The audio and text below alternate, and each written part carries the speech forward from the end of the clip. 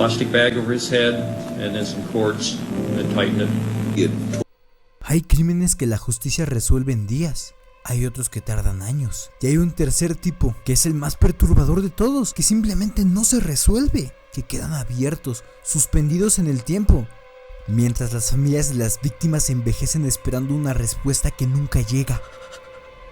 Los casos que vas a ver hoy no son los más sangrientos de la historia, ni necesariamente que tuvieron más víctimas. Los elegí por algo diferente, porque en cada uno de ellos el sistema falló. La policía investigó, los medios cubrieron, el mundo entero puso los ojos encima y aún así el responsable siguió libre. En algunos casos durante décadas, en otros para siempre. Lo que estos casos también tienen en común es que sus víctimas fueron reales, tenían nombres, familias, planes, no eran personajes de una serie, y creo que eso vale la pena recordarlo antes de empezar. Este es el top 5 de los asesinos que se burlaron de la ley. Número 5.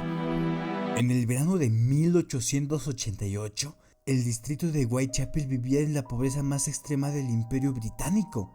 Sus calles se entremezclaban con delincuencia, alcoholismo, racismo y prostitución. Inmigrantes rusos, polacos e irlandeses se veían obligados a vivir hacinados en viviendas míseras. En ese contexto, alguien comenzó a asesinar a mujeres, trabajadoras sexuales, esto con una brutalidad que impactó incluso a los médicos forenses más experimentados de la época. Sus víctimas eran Marion Nichols, encontrada en Bucks Round, con la garganta cortada y mutilaciones abdominales. Annie Catman, asesinada en un patio trasero de Hambury Street, con heridas aún más severas, incluida la extracción de órganos. Elizabeth Stride, hallada con un corte en la garganta pero sin mutilaciones, posiblemente porque el asesino fue interrumpido. Catherine Edwards, asesinada la misma noche que Stride, con mutilaciones extremas y la extracción de un riñón. Mary Jane Kelly, la última víctima canónica, fue encontrada en su habitación con un nivel de violencia que superó a todas las anteriores. El modus operandi se caracterizaba por cortes en la garganta, mutilaciones en el área genital y abdominal, extirpación de órganos y desfiguración del rostro. Las mutilaciones sugerían conocimientos anatómicos, lo que llevó a especular durante décadas que el asesino podría ser médico, cirujano o carnicero. Scotland Yard nunca pudo identificar al responsable. Las investigaciones se vieron obstaculizadas porque el encargado del Departamento de Investigación Criminal, Robert Anderson, había solicitado una licencia en Suiza durante el periodo en que ocurrían varios de los homicidios. Por tal motivo, Charles Warren, comisionado de la Policía Metropolitana, nombró a Donald Sampson como coordinador de investigaciones. La indignación por el fracaso de las autoridades generó una ola de protestas. Esto causó la dimisión del comisario de la Policía de Londres. Insatisfechos, un grupo de ciudadanos comenzó a patrullar las calles bajo el mote de Comité de Vigilancia de Whitechapel, contratando además detectives privados para entrevistar a presuntos testigos. Lo que convirtió este caso en algo diferente fueron las cartas. Todo comenzó con una misiva fechada el 27 de septiembre de 1888, conocida como Dear Boss. En ella, el remitente no solo se adjudica a los crímenes, sino que se burlaba de las autoridades prometiendo continuar con su trabajo, con un tono cínico y escalofriante. Fue la primera vez que apareció el nombre de Jack el Destripador, pero fue la tercera carta conocida como From Hell y enviada directamente a George Lusk, líder del Comité de Vigilancia, la que empujó los límites de lo imaginable. Recibida el 16 de octubre, no solo contenía un mensaje perturbador, sino también un macabro acompañamiento: la mitad de un riñón humano, presuntamente extraído de Catherine Edwards. La nota indicaba que la otra mitad había sido frita y consumida. Los análisis médicos determinaron que el órgano pertenecía a una mujer de edad cercana a Edwards, quien tenía 46 años y padecía de enfermedad renal. Un dato que sumó credibilidad a la autoría de esta escalofriante misiva. Solo a finales del siglo XIX, la policía llegó a investigar cerca de 300 sospechosos. Más de un siglo después, el investigador Russell Edwards usó pruebas de ADN obtenidas de un chal para señalar a Aaron Kosminski, un inmigrante polaco considerado sospechoso clave en su momento. El ADN reveló manchas de sangre que coincidían con una descendiente de la víctima Catherine Edwards, al igual que material genético vinculado a una pariente de la hermana de Kosminski. Sin embargo, la comunidad científica sigue debatiendo la validez de estas pruebas y el caso permanece oficialmente sin resolver. Jack el Destripador se convirtió en el arquetipo del asesino en serie. inspirando a criminales reales como Peter Kürten. Incluso existe una disciplina dedicada exclusivamente a su investigación, la ripperología. El verdadero legado de Whitechapel no está en el misterio del asesino, sino en las 5 mujeres que tenían nombres, esperanzas y familias, y a quienes el mundo recordó menos que el hombre que las mató. Número 5. Número 4. Elizabeth Short llegó a Los Ángeles como llegaban tantos jóvenes de aquella época, con la esperanza de que la ciudad cumpliera lo que prometía. Venía de Massachusetts, había vivido en varios estados y tenía ese tipo de determinación silenciosa que se confunde fácilmente con ingenuidad. Quería actuar, quería una vida diferente, y Los Ángeles, con sus luces y promesas permanentes de reinvención, parecía el lugar indicado. Nunca llegó a ningún set de filmación. El 15 de enero de 1947, una mujer paseaba con su hija por un lote baldío en el barrio de Leimert Park, cuando vio algo en el pasto. Se acercó pensando que era un maniquí, y no lo era. Lo que encontró la policía esa mañana fue perturbador, no solo por su brutalidad, sino por algo mucho más difícil de procesar: lo meticuloso que era. El cuerpo de Elizabeth había sido seccionado en 2 mitades a la altura de la cintura. Todo esto con una precisión que los médicos forenses describieron como quirúrgica. Había sido completamente vaciado y lavado, luego colocado sobre el pasto con cuidado, las 2 mitades separadas con una distancia casi calculada. No había ni una sola gota de sangre en la escena. Todo había ocurrido en otro lugar. Alguien había invertido tiempo, atención y una frialdad difícil de imaginar en lo que le hizo a ese cuerpo antes de dejarlo ahí. Eso no era un crimen de impulso, eso fue otra cosa. La prensa la bautizó como la Dalia Negra, y el caso se convirtió en una obsesión nacional casi de inmediato. Pero detrás de todo ese morbo, detrás del apodo que romantizaba lo que no tiene nada de romántico, había una investigación que se estaba desmoronando. Más de 500 personas se presentaron a confesar el crimen. Todas fueron descartadas. Lo que en otro contexto podría parecer absurdo, aquí resulta revelador. El caso había generado tal magnitud mediática que distorsionó completamente la investigación desde adentro. Los detectives pasaban semanas persiguiendo confesiones falsas mientras la pista real, si es que existía, se estaba enfriando. Las décadas pasaron, los sospechosos se acumularon y se descartaron uno a uno. Entonces, en 2003, un detective retirado de la LAPD, llamado Steve Hodel, publicó una investigación que sacudió el caso de una forma que nadie esperaba. En ella señalaba como principal sospechoso a su propio padre, el Dr. George Hodel, médico y figura influyente en Los Ángeles de aquella época. Las evidencias eran inquietantes.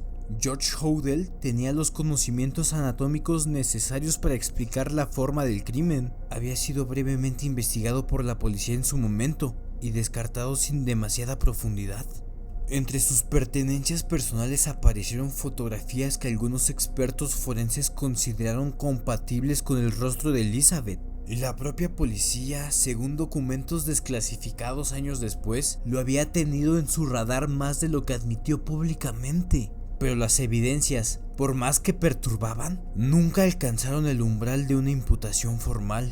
George Hodel murió en 1999. El caso quedó exactamente donde estaba. El expediente de Elizabeth Short sigue técnicamente abierto en el Departamento de Policía de Los Ángeles. Nadie ha sido imputado jamás por su muerte. Ella tenía 22 años. Había llegado a una ciudad que le prometía un futuro y terminó siendo, décadas después, un hombre que el mundo recuerda no por lo que vivió, sino por la forma en la que murió. Número 4. Número 3.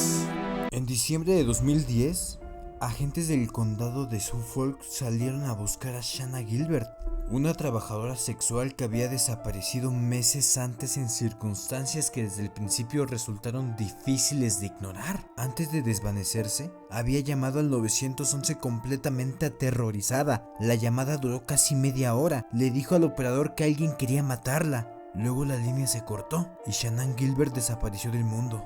La policía fue a buscarla a la zona de Gilgo Beach, una franja costera y aislada del sur de Long Island. No la encontraron a ella. Encontraron otras cosas. 4 cuerpos, envueltos en bolsas, enterrados a lo largo de la autopista Ocean Parkway. Los investigadores siguieron buscando y siguieron encontrando. Al final, El recuento llegó a 11 víctimas, algunas de cuyos restos llevaban en ese lugar desde mediados de los años 90, más de una década, enterradas a pocos metros de una autopista transitada, en una ciudad que nunca las buscó. La mayoría eran trabajadoras sexuales, mujeres que habían desaparecido sin que abrieran un expediente serio, sin que nadie presionara demasiado, sin que sus nombres llegaran a los titulares. El tipo de desaparición que el sistema clasificaba, archivaba y olvida con una eficiencia que dice mucho sobre a quién se le concede urgencia y a quién no. Por lo que distingue a este caso de otros, no es la cantidad de víctimas ni el tiempo que permanecieron sin ser encontradas. Es algo más específico, algo más deliberado. El asesino tomaba los teléfonos de sus víctimas después de matarlas y los usaba. En algunos casos llamaba a las familias haciéndose pasar por ellas, imitaba su voz, fingía que seguían vivas. En otros directamente les comunicaba que estaban muertas, sin alguna explicación, sin contexto, solo esa información, lanzada como un golpe calculado a personas que ya vivían en la incertidumbre más dolorosa que existe. No era desorganización, era contacto deliberado, era alguien que disfrutaba de ese poder sobre el dolor ajeno. Durante más de una década, el caso no tuvo nombre ni rostro, las víctimas permanecían sin justicia, las familias sin respuesta, y la investigación avanzaba con una lentitud que más de una ocasión fue señalada como negligencia institucional. Eso cambió en julio del 2023, cuando fue arrestado Rex Heumann, arquitecto con oficina en Manhattan, casado, con hijos, con una vida construida sobre la apariencia más ordinaria posible. El tipo de perfil que los vecinos describen siempre con las mismas palabras: tranquilo, normal, nunca lo hubiera imaginado. Las pruebas de ADN lo vincularon directamente a varias de las víctimas. En el registro de su domicilio encontraron pertenencias de ellas, guardadas con cuidado durante años, no como descuido, sino como colección, como premio, como un trofeo. Sin embargo, el caso no se cerró con su arresto. No todas las víctimas han podido ser atribuidas a Heumann. Hay nombres que siguen sin tener un responsable señalado. Y luego está Shanann Gilbert, la mujer cuya desaparición desencadenó todo esto, cuya llamada desesperada al 911 movió a la policía hacia esa autopista. La autopsia oficial determinó que su muerte fue accidental, que simplemente se internó en los matorrales aquella noche y no logró salir. Su familia nunca aceptó esa conclusión, y es difícil no entender por qué, porque Shanann llamó aterrorizada diciendo que alguien quería matarla. La versión oficial es que nadie quería matarla. Esa contradicción sigue ahí, sin resolverse, como todo lo demás. Número 3. Número 2. La mayoría de los asesinos huyen del escrutinio. Se esconden, borran su rastro, hacen todo lo posible por no existir en el registro público. El Zodíaco hizo exactamente lo contrario. Entre finales de 1968 y 1969, al menos 5 personas fueron asesinadas en el norte de California, en ataques que no seguían un patrón geográfico claro, ni un perfil de víctima evidente. Parejas jóvenes en zonas apartadas, lo suficientemente disperso como para dificultar cualquier línea de investigación coherente, lo suficientemente calculado como para que esa dispersión pareciera intencional. Pero los crímenes, con ser graves, no eran lo que hacía diferente a este caso, sino que eran las cartas. Poco después de los primeros asesinatos, 3 periódicos de la Bay Area recibieron simultáneamente una carta. Cada una incluía un fragmento de un criptograma. El mensaje era simple: publiquen esto o mato más gente. Los periódicos publicaron, y así comenzó una de las comunicaciones más perturbadoras entre un asesino y el público en la historia criminal de Estados Unidos. El Zodíaco escribía con una cadencia que parecía disfrutar del ritmo, burlándose de la policía, llevando la cuenta de sus víctimas, reclamando asesinatos que las autoridades no podían confirmar. Se adjudicó hasta 37 muertes en algunas de sus cartas, aunque el número oficial confirmado es considerablemente menor. No había forma de saber cuánto era real y cuánto era teatro, y esa ambigüedad era parte del método. Uno de esos criptogramas permaneció sin descifrar durante más de 50 años. Fue resuelto en diciembre de 2020 por un equipo internacional de aficionados a la criptografía que trabajaron de forma colaborativa. Lo que contenía no reveló su identidad, pero confirmó que quien lo escribió sabía exactamente lo que hacía y que disfrutaba de la idea de que el mundo intentara entenderlo sin lograrlo.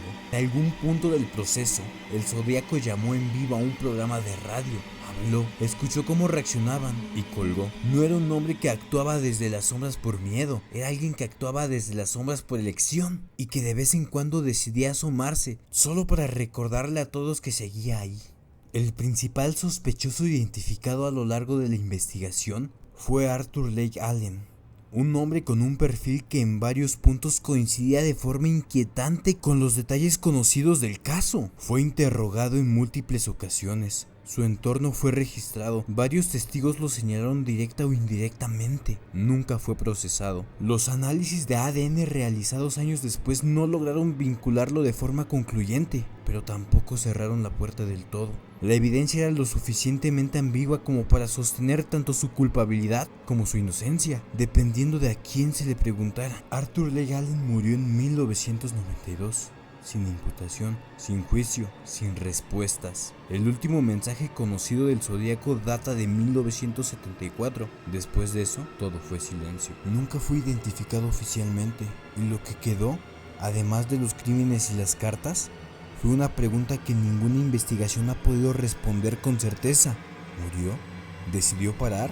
¿O la investigación nunca llegó a considerar seriamente al verdadero responsable? No hay forma de saberlo, y esa es quizás la última carta que el Zodíaco dejó sin cifrar. Número 2.